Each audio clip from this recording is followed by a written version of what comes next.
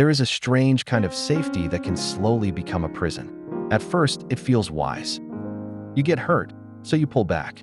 You get betrayed, so you stop trusting. You get disappointed, so you lower your expectations. You get misunderstood, so you stop explaining yourself.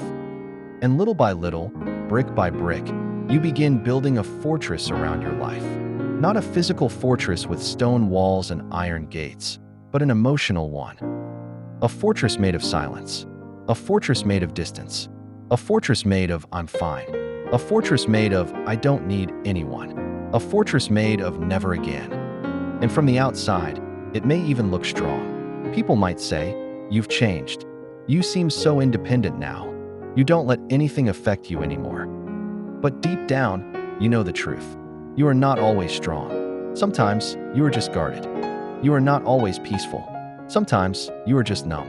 You are not always above it all. Sometimes you are simply afraid to let anything come close enough to matter. And this is where the danger begins. Because isolation can disguise itself as protection. It whispers, "Stay away. You're safer alone." It says, "Don't open up.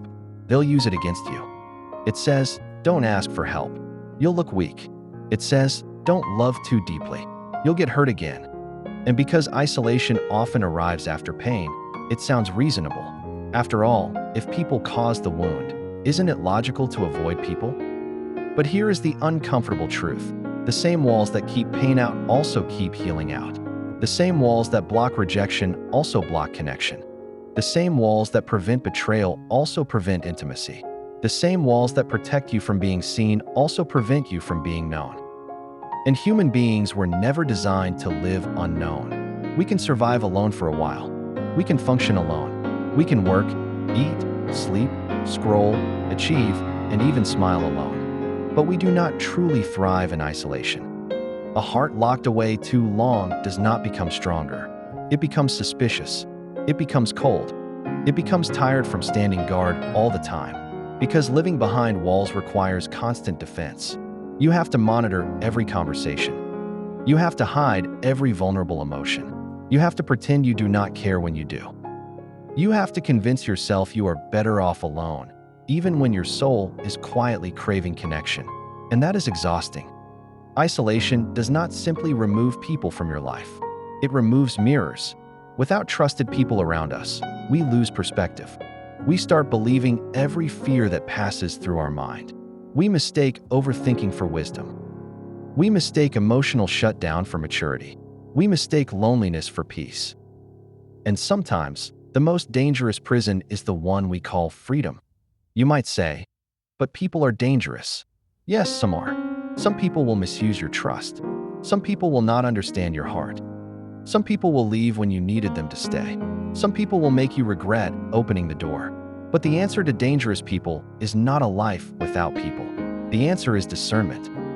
There is a difference between having boundaries and building fortresses. Boundaries say, "This is how I protect my peace." Fortresses say, "No one is allowed to come close." Boundaries are flexible, wise, and intentional. Fortresses are rigid, fearful, and lonely. Boundaries have doors. Fortresses have walls. Boundaries allow love to enter carefully. Fortresses assume love is always a threat.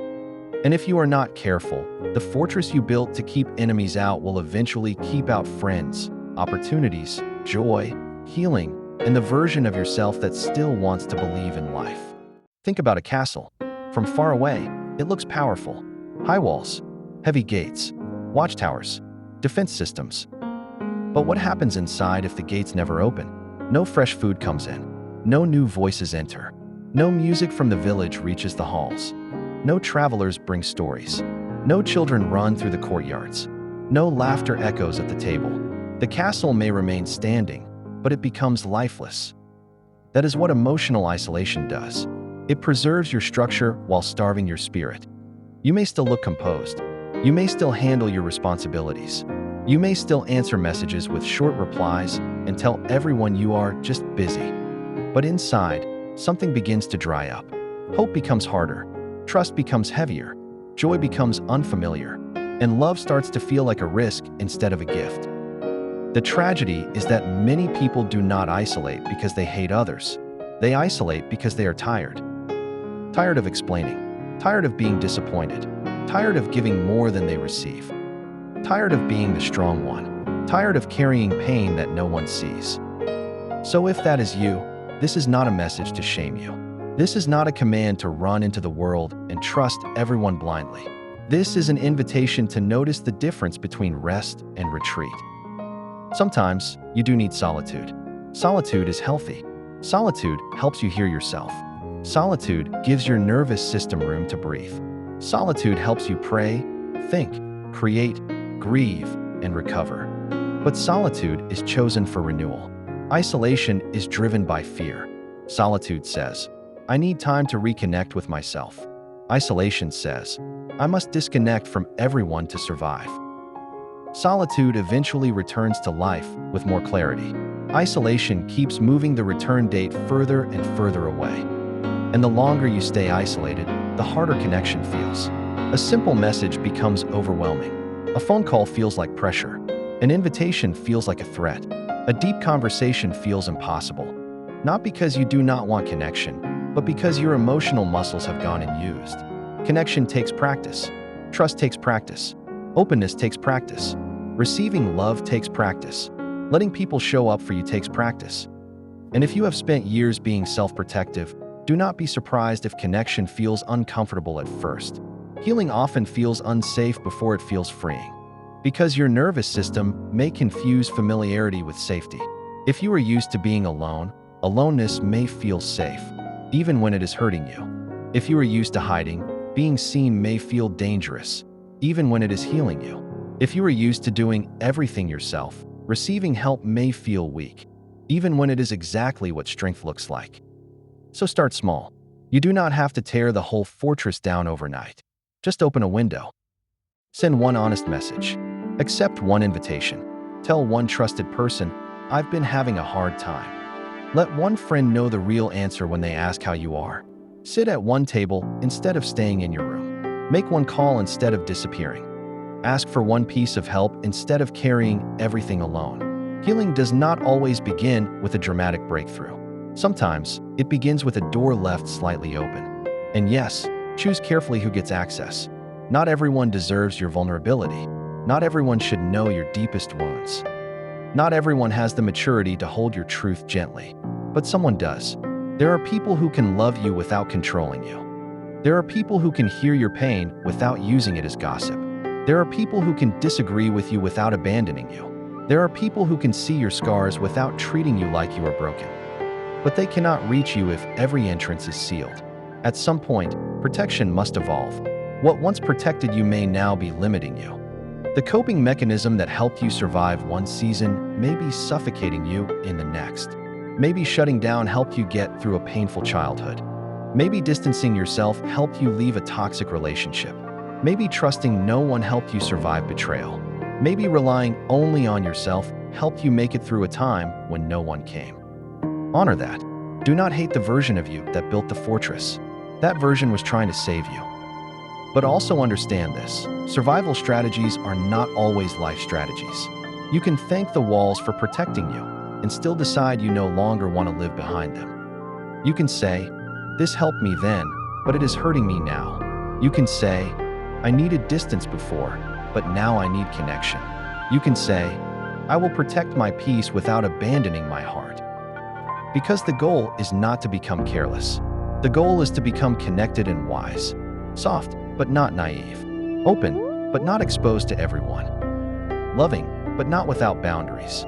Independent, but not emotionally unreachable. That is real strength. Real strength is not proving you need no one. Real strength is knowing who is safe enough to need. Real strength is being able to say, I can stand on my own, but I do not have to stand alone. There is courage in community. It takes courage to let someone see the parts of you that are not polished. It takes courage to admit you are lonely. It takes courage to risk being misunderstood and still speak. It takes courage to love after loss. It takes courage to trust after betrayal. It takes courage to let life touch you again. But the alternative is not safety. The alternative is slow disappearance. You disappear from conversations. You disappear from relationships. You disappear from your own emotional life. You become present in body but absent in spirit. And one day, you may realize the fortress did not just keep people away. It kept you away from your own life. So do not build fortresses to protect yourself. Build bridges with gates. Build boundaries with doors. Build a life where people must earn access, but where access is still possible. Let your heart have security, yes, but also sunlight. Let your life have quiet, yes, but also voices. Let your spirit have rest, yes, but also relationship. You do not have to trust everyone, but do not let the wrong people convince you that no one is safe. You do not have to tell your story to the whole world, but do not bury your story so deep that even love cannot find it. You do not have to rush, but do not mistake permanent isolation for healing. Start with one opening, one conversation, one honest moment, one safe person, one step back toward life. Because you were not made to be a fortress, you were made to be a home. And a home has walls, yes, but it also has windows. It has doors. It has warmth. It has room for laughter, comfort, repair, and belonging. Protect yourself wisely, but do not disappear behind your protection. The world may be risky, but complete isolation is not safety. It is a quiet danger. And the life waiting for you is not outside because you are weak. It is outside because you are human.